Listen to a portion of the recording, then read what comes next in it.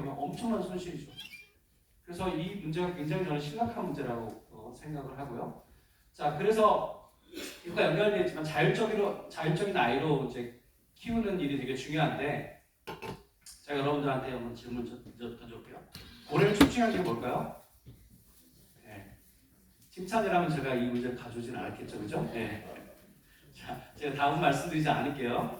저는 칭찬은 고래를 춤추게 한다는 책을 별로 좋아하지 않습니다. 자, 우리나라 행복이 굉장히 낮아요. 경제 수준에 비하면. 근데 한중일이 좀 낮습니다. 연구를 해보니까 낮은 나라들일수록 개인주의가 좀 약해요.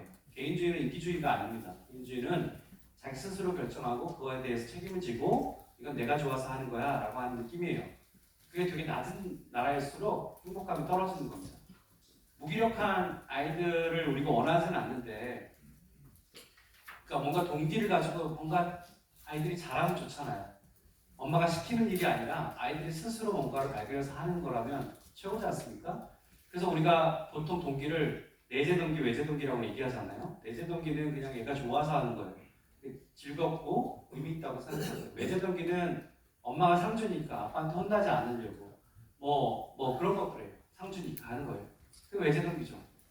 자, 내재 동기가 뭐냐면 이런 겁니다. 여러분, 허준희 교수가 노벨 수학상에 해당되는 필드상을 받았잖아요.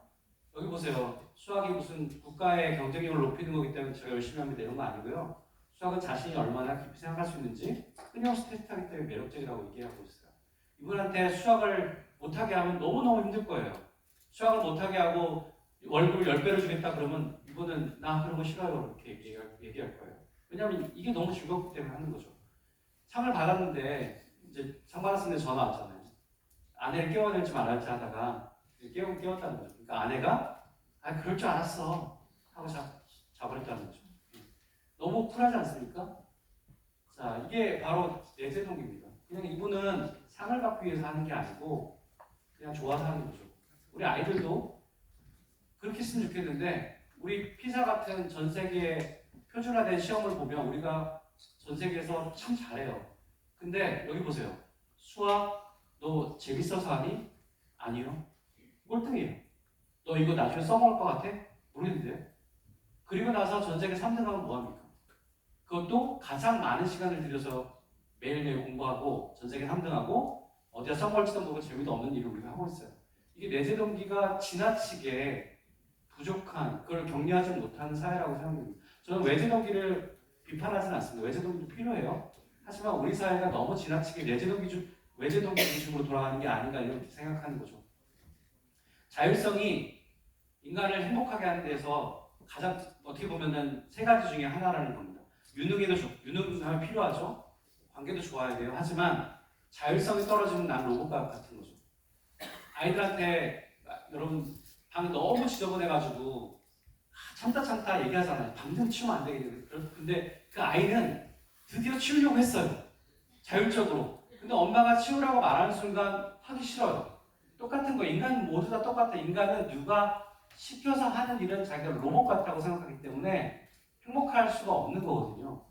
그래서 이 자율성이 우리 사회에 되게 부족한 게 아닌가 이런 생각이 들고, 이게 바로 내재 동기를 갖고 있는 친구들이죠. 야, 너 이렇게 재밌게 놀면 10,000원 줄게. 이거 아니잖아요. 그냥 재밌게 노는 거잖아요.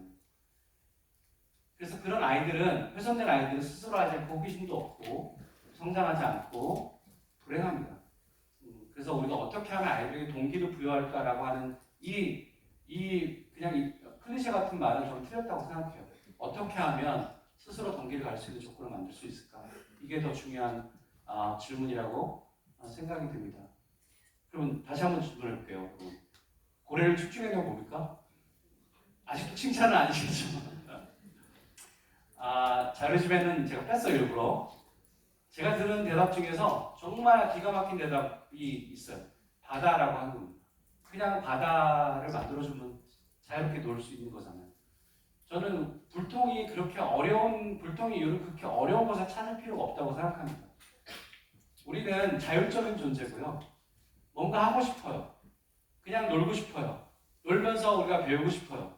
근데 그거 못하게 하고 계속 경쟁해서 한쪽 그 획일적인 기준을 가지고 계속 달리게 만드는 게 우리는 너무너무 힘든 거죠. 그러다 보면 공감도 못하는 거예요. 왜냐면 병심아들은 계속 앞만 보잖아요. 옆에 친구가 어렵다고 해서 나 우리 중간고사 봐야 되는데 너 지금 아프지만 나는 할 수 없어. 나 중간고사 시험 봐야 돼. 이게 우리의 지금 현실이거든요. 근데 만약에 병심아가 아니라 옆에서 볼 수 있는 그런 넉넉함이 있다 그러면 그들의 고통도 같이 함께 할 수 있을 거예요. 우리가 그런 친구들을 길러야 되는데 우리가 그렇게 아이들을 가르치고 경험하게 해야 되는데 그걸 못하고 있다는 거죠. 그래서 뒷부분은 제가 생략하기로 하고 그렇다면 어떻게 하면 그런 공감력을 그런 다양성을 자율성을 길러줄 수 있을까? 저는 책이 그거 굉장히 중요한 부분이라고 생각합니다. 놀이는 제가 말씀드렸고요. 놀이는 당연히 그렇게 중요한 부분이고요. 놀이를 다시 우리가 가져와야 돼요. 우리의 청소년기에 박탈됐던 이 놀이를 우리 다시 되찾아와야 된다고 생각합니다. 우리 사회가. 근데 또 한 가지는 뭐냐면 정말 책 읽기를 강조해야 된다고 생각합니다. 책을 읽게 만들어야 된다고 생각해요.